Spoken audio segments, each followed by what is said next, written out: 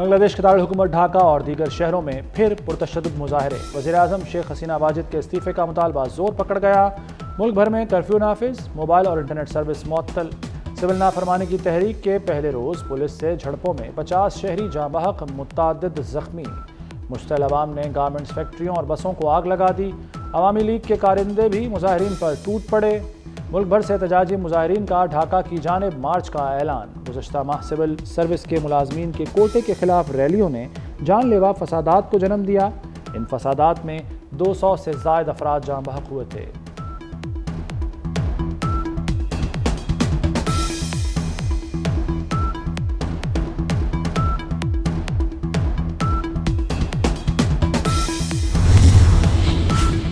بنگلہ دیش کی بدلتی صورتحال پر گہری نظر ہے۔ پاکستانی ہائی کمشنر سید احمد معروف نے کہا کہ بنگلہ دیش میں پاکستانی شہریوں کی حفاظت اولین ترجیح ہے۔ پاکستانی شہریوں خصوصاً طلباء کے ساتھ مسلسل رابطے میں ہیں۔ پاکستانی طلباء موجودہ صورتحال سے اپنے آپ کو الگ رکھیں۔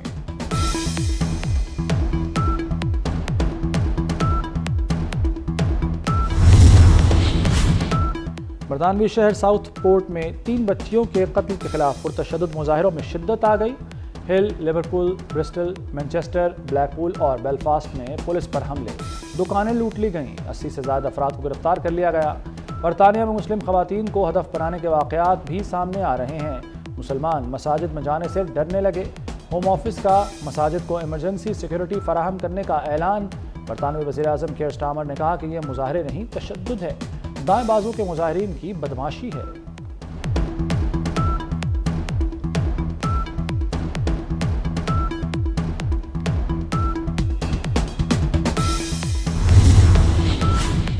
ایران کا اسرائیل سے ہر صورت بدلہ لینے کا اعلان۔ اسماعیل ہنیہ کی شہادت کے بعد ایرانی پارلیمنٹ کا پہلا اجلاس، شہید کا خراج عقیدت پیش کیا گیا۔ قائم مقام ایرانی وزیر خارجہ علی باقری نے اردن اور مصر کے ہم منصب سے رابطے کیے، ان پر واضح کیا کہ اسرائیل کا احتساب ضرور کیا جائے گا۔ تہران جوابی کارروائی کے لیے سنجیدہ ہے، مسلم ممالک کو متفقہ اور فیصلہ کن موقف اپنانا چاہیے۔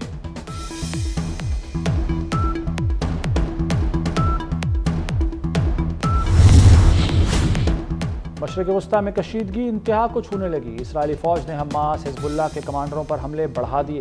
صہیونی فورسز نے مقبوضہ مغربی کنارے میں 2 ڈرون حملے کیے۔ القسام بریگیڈ کے کمانڈر سمیت 9 فلسطینی شہید۔ لبنان میں گاڑی پر فضائی حملہ، حزب اللہ کے اہم کمانڈر علی عبد علی شہید ہو گئے۔ دمشق میں بھی گاڑی کو نشانہ بنایا گیا، ایک شہری کی جان گئی۔ حزب اللہ نے بھی اسرائیلی اہداف کو راکٹوں اور توپوں سے نشانہ بنایا۔ امریکہ اور برطانیہ نے اپنے شہریوں کو لبنان چھوڑنے کی ہدایت کر دی۔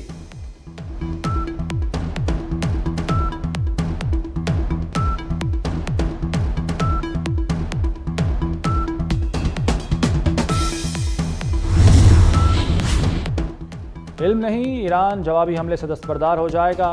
امریکی صدر جو بائیڈن کا اسرائیلی وزیر اعظم کو خطے میں کشیدگی کم کرنے کا مشورہ۔ نتنیاہو کو خط میں کھری سنا دیں۔ غزہ میں یرغمالیوں کی رہائی اور جنگ بندی کے لیے فوری اقدامات پر زور دیا۔ کہا یرغمالیوں کے معاملے پر جھوٹ مت بولو، صدر کی بے قدری نہ کرو۔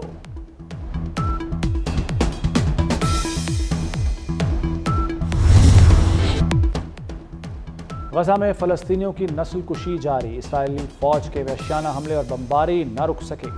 اسرائیلی فوج کا ایک بار پھر غزہ میں پناہ گزین اسکول پر حملہ، بچوں سمیت 17 فلسطینی شہید، 60 سے زائد زخمی۔ صہیونی فوج کی اسکول پر حملے کے بعد امدادی کارروائیوں کے دوران بھی بمباری۔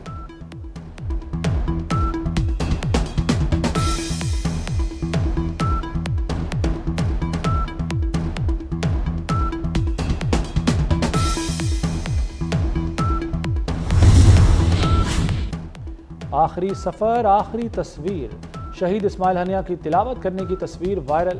شہید کی بہو ایناس ہنیہ نے سوشل میڈیا پر تصویر شیئر کی۔ شہید اسماعیل ہنیہ اپنے آخری سفر کے دوران طیارے میں قرآن پاک کی تلاوت کر رہے ہیں۔ بھارت کا 5 اگست 2019 میں مقبوضہ کشمیر کی خود مختاری پر حملہ۔ پاکستان سمیت دنیا بھر میں آج یوم استحصال منایا جائے گا۔ صدر مملکت آصف علی زرداری نے پیغام دیا کہ بھارت کی قانون ساز کشمیریوں کی جدوجہد کو دبا نہیں سکتی۔ مودی سرکار مقبوضہ کشمیر میں انسانی حقوق کی خلاف ورزیاں بند کرے۔ وزیراعظم شہباز شریف نے کہا کہ پاکستان کشمیریوں کی سیاسی، اخلاقی اور سفارتی حمایت جاری رکھے گا۔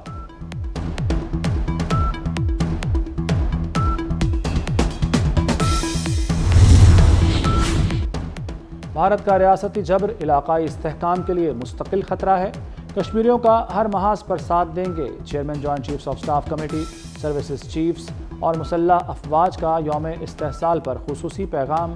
کشمیر کے شہداء کو ان کی غیر معمولی قربانیوں پر خراج عقیدت پیش کیا گیا۔ مقبوضہ جموں و کشمیر کے دلیر اور غیور عوام کے ساتھ اظہار یکجہتی۔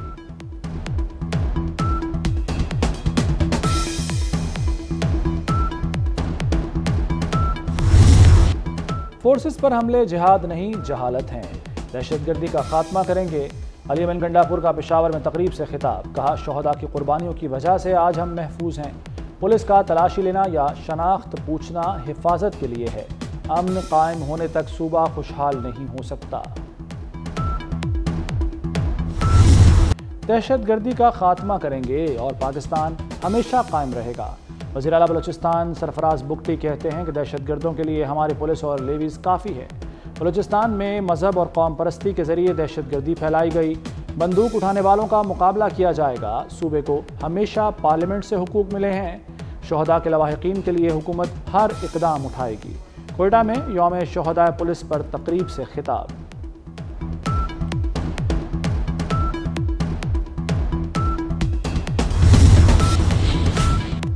سابق نگران وفاقی وزیر محمد علی وفاقی کابینہ کا حصہ بن گئے۔ وزیر اعظم شہباز شریف نے محمد علی کو معاون خصوصی برائے پاور تعینات کر دیا، عہدہ وزیر مملکت کے برابر ہوگا۔ کابینہ ڈویژن نے نوٹیفیکیشن جاری کر دیا۔ 5 مرلہ تک پلاٹ پر گھر بنانے والوں کو قرض ملے گا۔ پنجاب حکومت 70,000 افراد کو بلا سود قرض دے گی۔ لاگت کا بوجھ کم کرنے کے لیے سبسڈی بھی ملے گی۔ قرض ادائیگی پر سروس چارجز حکومت ادا کرے گی۔ اپنی چھت اپنا گھر پروگرام کے جائزہ اجلاس میں فیصلہ۔ پروگرام کی لانچنگ وزیر اعلیٰ مریم نواز 14 اگست کو کریں گی۔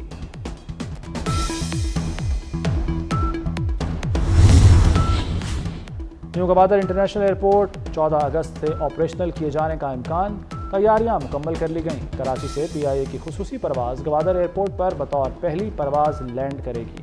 گوادر ایئرپورٹ پر ایئر بس 380 سمیت دیگر بڑے طیارے بھی لینڈ کر سکیں گے۔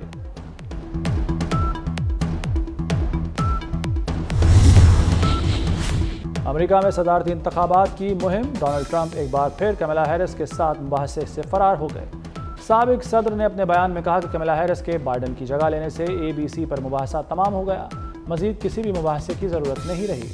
ڈونلڈ ٹرمپ اور جو بائیڈن کے درمیان ستمبر میں ایک ٹی وی پر مباحثہ ہونا تھا۔